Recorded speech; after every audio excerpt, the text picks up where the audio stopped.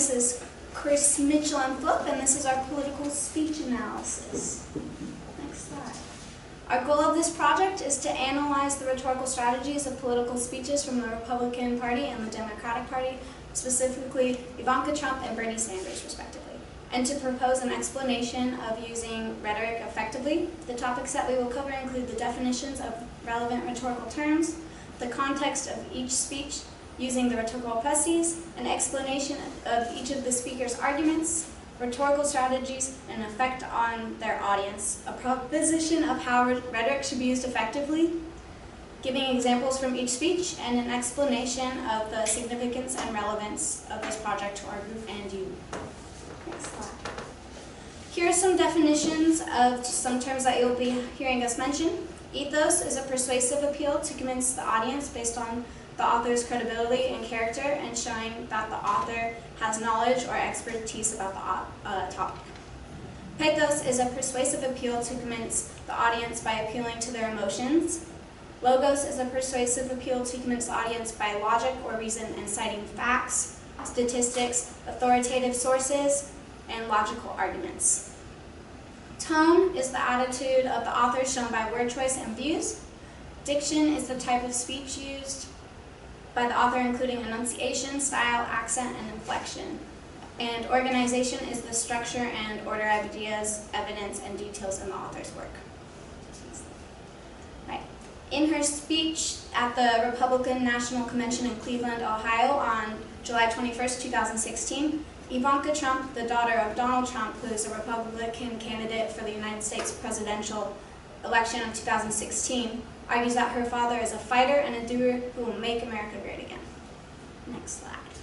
She develops her argument with ethos by identifying herself as a millennial who votes based on what is right and her beliefs versus being part of a political party, as someone who knows Donald Trump very well because he raised her and she works alongside him, and as a working woman with as a mother of three who is supported by Donald Trump's policies and actions. Also with logos by citing labor statistics about unfair pay for women and mothers and stating that her father solved this problem at his companies, and with pathos through her stories of her childhood, his success in business that extends to the country's economy, his success in fighting his way into politics as an outsider, and his patriotic love for America, dreaming big, and the American dream. Trump's purpose is to proudly introduce her father as the Republican nominee for president, and to instill confidence in all people that Donald Trump is not the typical billionaire.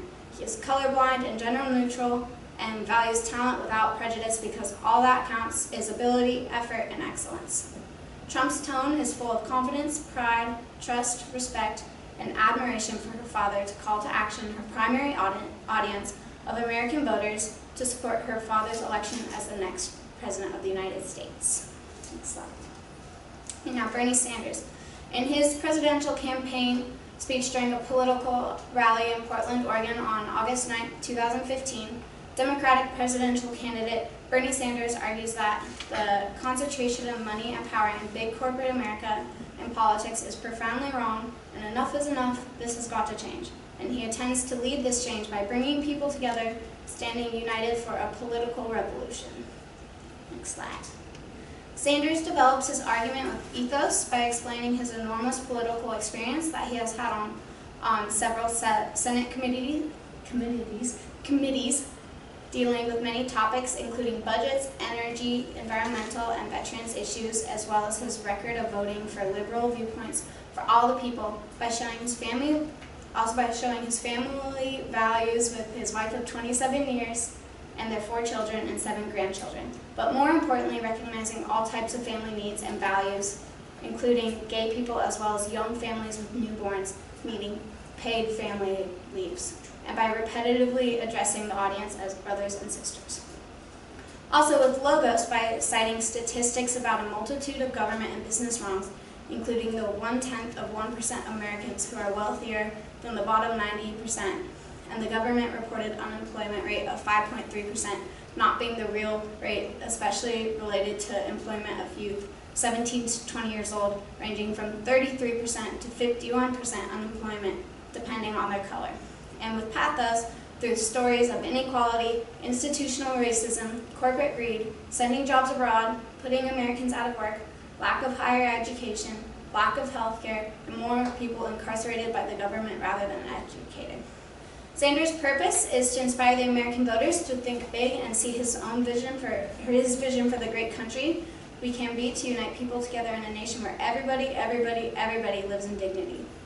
Sanders' tone is clear, direct, passionate, and inspiring towards people, but critical and sometimes angry toward the wealthy, corporate, and political establishment, as a call to action to his primary audience of liberal voters to take action at the polls and cast votes against conservative, wealthy Republicans and rather vote for Bernie Sanders as a liberal socialist Democrat.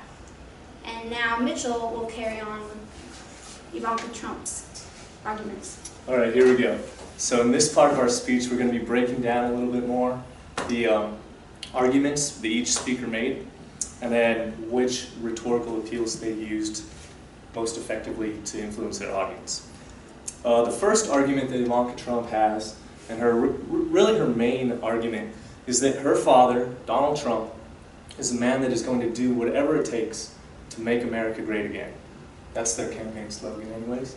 So it kind of reinforces the ideas that Trump really wants this nation to return to a state where it used to be great, but it's not anymore. There's things that can be changed, and they really just want to reach out to the people and change those ideas. So Ivanka Trump usually uses ethos in her speech, which allows her to show people the bond that she has with her father. Ivanka she has a connection that she shares with her father Donald, and she wants to reach out to her audience and show them that he brought her up in a way that's meaningful, just like he can bring up the American people if he's elected for president. She uses a tone that's very clear and precise. She has good posture, and she speaks and tries to demand your attention whenever she's speaking so that she can get her message across most effectively. She also likes to repeat a lot of things just to reinforce it in the minds of the audience. So she'll say things like, "My father is going to fight, fight, fight, fight," and she'll repeat that over and over again to really ingrain it into the audience's mind. And then she also uses pathos, which is alluding to her audience's emotions. When she talks about the times that she used to spend with her father when they were younger and she was growing up, and she also talks about a time when she's appealing to patriotic Americans who want to return our nation to that great state that it once was. Next slide. And the second argument that Ivanka Trump uses is the fact that she really wants to reach out to female audience and her more logical supporters. Basically, she's going to use logos to kind of attack the logical side of the audience by stating a lot of percentages, statistics, and data to back up all of her claims. A big thing that she likes to talk about is the difference in the gender wage gap that women currently face in America. And she wants to gain supporters for her father by stating that he is going to solve this problem and that he is going to narrow the gender wage gap as much as possible. And she backs that up by saying that he's already done that in some of his businesses that he owns. He's hired women, they run his business for him, and he's very confident in what females are capable of. She also likes to appeal to minority voters as well, stating that they can also help contribute to the companies. Just basically trying to reach out to all those people that Trump himself may not be able to, directly relate with. Being a younger millennial herself, she can relate to that and gain more support for their campaign. And then next slide. All right, moving on now, we're going to talk about Bernie Sanders and his speech. So some of the arguments that he used, or his main argument rather, is the fact that right now society is in a state where it's kind of tearing people apart, and Bernie really wants us to unite, come together as a group, and kind of overthrow what he sees as a corrupt system right now. And change things so that people can have equal opportunities and that everybody of all race, color, and gender can basically have the same chances at a good job, make a decent, livable wage, and have free health care, a bunch of other benefits. So he's always trying to appeal to people that feel like they've been pushed down by the system. The first strategy that he really uses is ethos. As an older politician, Bernie has a side of experience and wisdom that some other people just do not have. And so he really uses that by showing people that he, hold on one second, that he's been through it all and that he's seen our system develop and grow over time, and so he knows exactly what problems are wrong with it, what he needs to do to solve it, and he feels like he's the man for the job. The second strategy that Bernie uses a lot is pathos. He appeals to his audience's emotions by saying things such as, he wants people to change, enough is enough, we need to stand up and fight for our rights, and he particularly does a good job of reaching out towards minorities, students, people who are currently making minimum wage, or even people who don't have a job at all. So he really wants to capture their attention and get them to stand behind him. Another thing he uses, and this is on the same side, it's funny, is logos. He's constantly always quoting statistics to back up his claims. He's always talking about the top 1% of the nation and how they hold most of the wealth, and that if this wealth were to be more equally distributed, that people would live better lives, be able to have a big government that provides health care for everybody, and just contribute to an overall happier nation as a whole. Next slide. So Bernie's fourth strategy that he uses is the diction. He's constantly saying things such as, let me be as clear as I can be. This is to appeal to those people that have seen shady politicians in their past and don't want to vote for a candidate that's just going to do the exact same thing over and over again, like Bernie's competition, Hillary Clinton, for example. He sets himself apart by saying these things, showing people that he's going to come forth and be completely honest with them and do what he feels is necessary to make change in America. And the last strategy that he uses is his tone. Bernie is a very compassionate individual, but he also does a really good job of mixing in a little bit of subtle sincerity and also an unwavering confidence when he's speaking. It feels like he's speaking directly to you, and that really helps people to connect with him. All right. Cool. As we further analyze the rhetorical strategies of both Ivanka and Bernie, we're going to look at Ivanka first. Her effective strategies that she used, she had a great connection with millennials, young people, and people that maybe like a swing vote, not have a direct affiliation to a political party. She identifies her father as an outsider to politics, and thereby acting voters who do not like politicians, so it might motivate them. She also effectively communicates the campaign slogan of making America great again through work ethic, fighting, and winning with Donald Trump as an experienced and successful businessman. She also appeals to the patriotism and the American dream that always touches home. Ineffective strategies that she uses is she has a bit of a biasness towards her father and suspicious favoritism and lack of disclosure of negative aspects. She does not effectively deal with the fact that she is more fortunate than most and has a privilege that she admits to. She makes some mistakes in her speech as far as grammar and miswords, such as reaches versus researchers, which slightly drops her credibility and capabilities as a speaker. Creates distractions during her speech with sweeping her hair aside, and at times she has long pauses where it seems she was waiting for the audience to applaud. Next slide. Now we're going to look at Bernie's ineffective and effective strategies.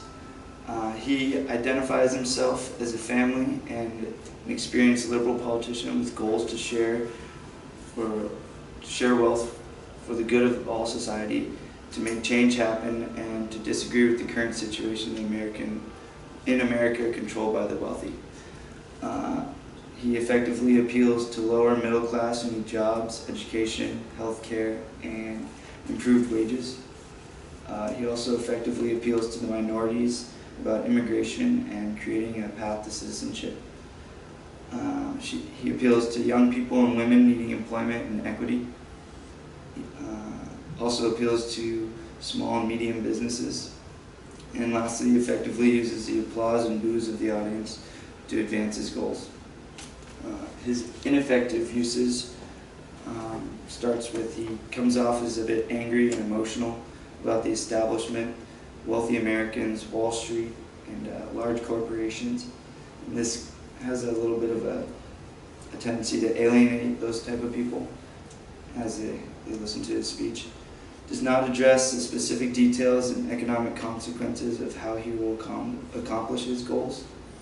And he has a specific New England accent and dialect that may not appeal to all Americans, which could be seen as a regional politician. Next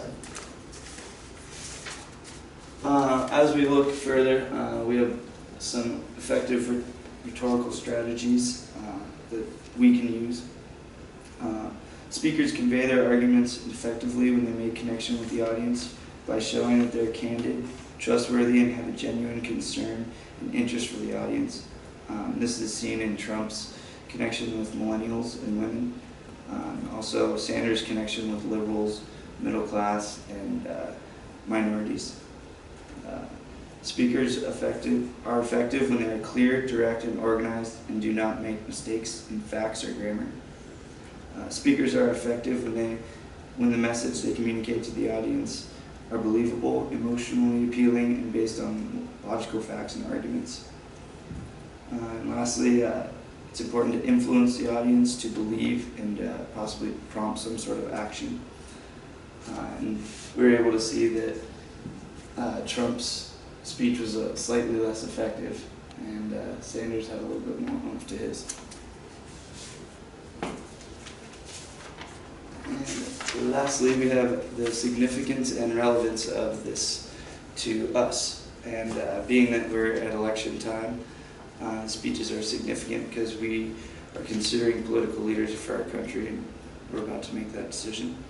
The relevance to our group and our audience is learning how to evaluate arguments and speeches, which will help determine political platforms that we support and that we do not support.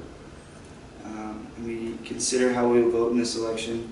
This project provides us the ability to look into these issues, arguments, and positions of political leaders in greater depth and eventually make the correct educational decision. And that is it. Thanks for watching.